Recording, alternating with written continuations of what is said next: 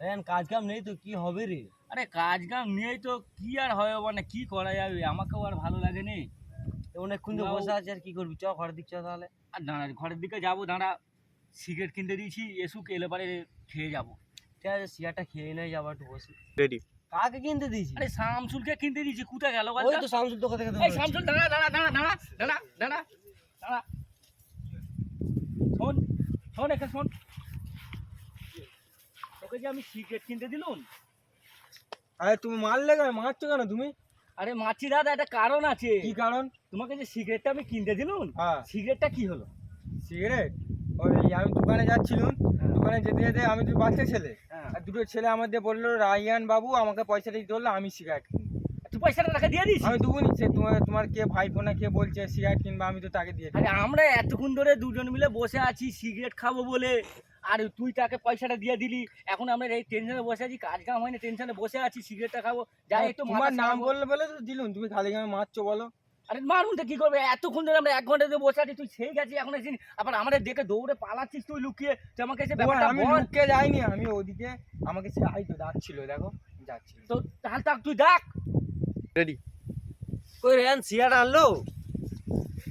আমাকে যে বসে রেখে এলি, যে সিগারেট এনেছে আনতে গেলি, কই সিগারেট? গল্প করতেছি এর সাথে, এই ছেলেটাই নাকি সিগারেট এনেছে? আরে একই সিগারেট কিনতে দিচ্ছি। আমি সিগারেট তো আনতে গেলুম, দেখো সে যদি আমাদের পয়সাটা দিয়ে নেয় তাহলে আমি তো তাকে দেবো। যদি বলে আমার চাচা, আমার রাইয়ান আমার চাচা হয়, সে আমাদের পয়সাটা চাইছে, বলে আমাকে দে, বলি আমাকে সিগারেট কিনতে পেটে যে বলে আমি নিয়ে যাচ্ছি, তারা এই জায়গায় বসে আছে। এই জায়গাটার নাম বললো, আমি মনে করছি সত্যি তোমাদের কাছে হয়তো ছিল, আর আমি কি করে জানবো যদি খেয়ে ওই জন্য তুই এখানে এখানে ঘোরাঘুরি করতেছিস। হ্যাঁ সে আমি ওই সিগারেটটা ও আনতে গেল, এলো নি কেন, সামনে আসেনি। হ্যাঁ হ্যাঁ তা তোমারই তো ভুল, এইটুকুন ছেলেকে সিগারেট আনতে বেরিয়েছো। যদি আর কিছু হয়েছে তো কে জিম্মা নিত?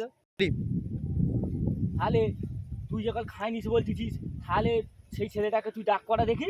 তো আমি বারবার শুনেছি তুই এর পয়সা নিয়ে কেউ যদি কিছু কিনতে যায়, তাহলে তুই কোথায় সিগারেট খেয়েলি, কোথায় শান্তি খেয়েলিস, তাহলে মিথ্যে কথা।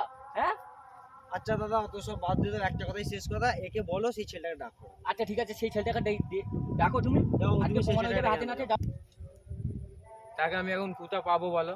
সে হয়তো কোথাও চলে গেছে। সেই ছেলেটা, সেই ছেলেটা। হ্যাঁ, ওই ছেলেটা, ওই ছেলেটা। ওই এখানে আয়।